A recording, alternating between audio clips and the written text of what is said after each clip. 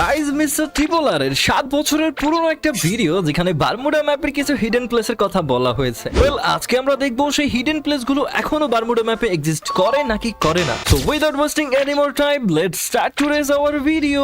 চান্দু আমাদের নিয়ে যাচ্ছে মিলের পাশে ভাঙা ট্র্যাকের সামনে। ছোট একটা জায়গা আছে যেখানে খুব সহজেই লুকানো যেত। তো আমিও চলে আসলাম মিলের পাশে, কিন্তু ভাঙা ট্র্যাকের জায়গায় নতুন একটা ট্র্যাক, তবে লুকানোর জায়গাটা আগের মতোই আছে। তার মানে এই জায়গাটা এখনো এক্সিস্ট করে। এরপরে ট্রিপলার আমাদের নিয়ে যাচ্ছে মিলের কোনায় সমুদ্রের পাশে। বিশেষ নাকি জায়গাটা একই রকম আছে কিনা দেখা লাগবে। তো আমরাও চলে যাই সমুদ্রের পাশে, এই পিলারের আরেকটু সামনে। এইখান থেকে পড়লে মান সম্মান সব যাবে। সত্যি বলতে জায়গাটা এখনো আগের মতোই আছে। এরপরের জায়গাটা হচ্ছে ক্যাপটাউনের পাশে ব্রিজের নিচে। চলে আসলাম ক্যাপটাউনের পাশের ব্রিজে। আমাকে এখন এটার নিচে ঢুকতে হবে।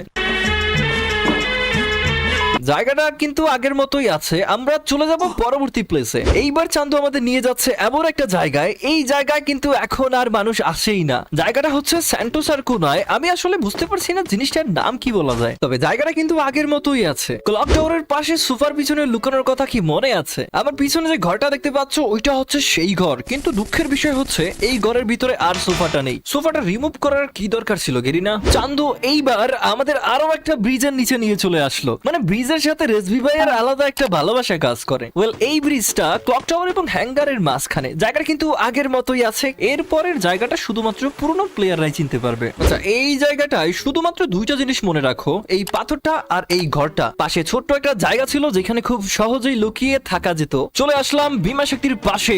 পাথর এবং ঘরটা আগের মতো থাকলেও লুকানোর জায়গাটা কিন্তু আর আগের মতো নেই। ভিডিওটা যাদের পছন্দ হচ্ছে একটা লাইক করে দিও। আমরা চলে যাব আমাদের পরবর্তী জায়গায়। এইবার চলে এসেছি ফ্যাক্টরিতে। এখানে টায়ারের উপরে লাফ দিলেই ক্যারেক্টার পাইপের উপরে চলে আসে। এর সামনে কিছু ড্রাম আছে যেটার উপরে শুয়ে লুকানো যায়। বর্তমানে যেহেতু 9th অ্যানিভার্সারি চলছে, তাই ফ্যাক্টরি কিছুদিনের জন্য রিমুভ করে দেওয়া হয়েছে, কিন্তু ফ্যাক্টরি এই জায়গাটা এখনো এক্সিস্ট করে। এরপরে চলে আসলাম মার্সেলিক দিকে। এখানে কন্টেনারের পাশে একটা ছোট জায়গা আছে। ওয়েল, আমিও চলে আসলাম একই জায়গায়, কিন্তু এইখানে তো কোনো টায়ারই নেই। সো হোয়াট, আমি হলাম টিপস এন্ড ট্রিক্স এর বাদশা। দুইটা গ্লুয়াল লাগিয়ে লাফ দিলাম, বাস চলে আসলাম ভিতরে। কন্টেনারের বাম পাশে জায়গা খালি থাকলো, ডান পাশে একদম দেয়ালের সাথে লাগানো। এটা হিডেন প্লেস হলেও আগের থেকে কিছুটা আলাদা। এইবার আমরা রওনা দিব পচিনোকের দিকে।